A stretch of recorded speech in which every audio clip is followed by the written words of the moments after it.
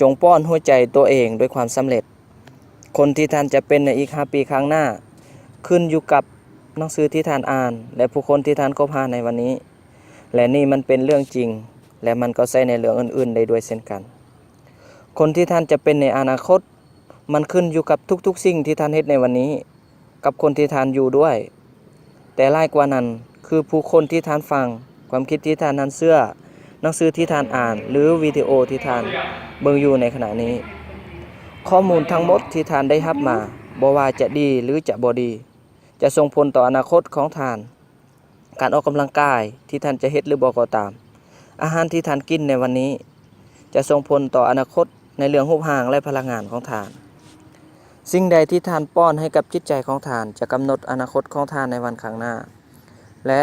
ถ้าทั้งหมดที่ท่านได้รับเข้าไปคือสิ่งที่บ่ดีฮู้บ่ว่าจะเกิดหยังขึ้นกับอนาคตของท่านเองฉะนั้นจงป้อนจิตใจของท่านโดยความคิดจะประสบผลสำเร็จและอ้อมรอบตัวท่านโดยบุคคลที่มีความคิดความตั้งใจเหมือนกันบ่สำคัญว่าท่านจะรับข้อมูลหรือข่าวสารมาหลายน้อยเพียงใดสิ่งที่สำคัญที่สุดคือเราต้องให้อาหารที่ดีแก่หัวใจตนเองในทุกๆวันอนาคตของท่านกำลังห้องขอท่านอยู่อย่าเฮ็ดในสิ่งที่คนอื่นเรียกร้องจงฟังเสียงเต้นของหัวใจตนเอง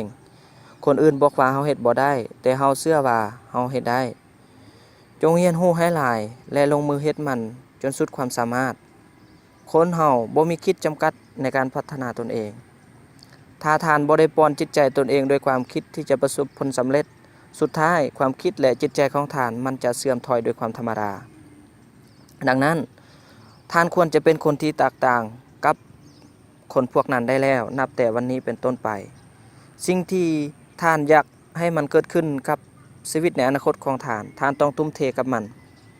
เฮ็ดมันในวันนี้ให้ดีที่สุดเพื่อเตรียมพร้อมมันในวันข้างหน้าเพื่อดำเนินอนาคตของท่าน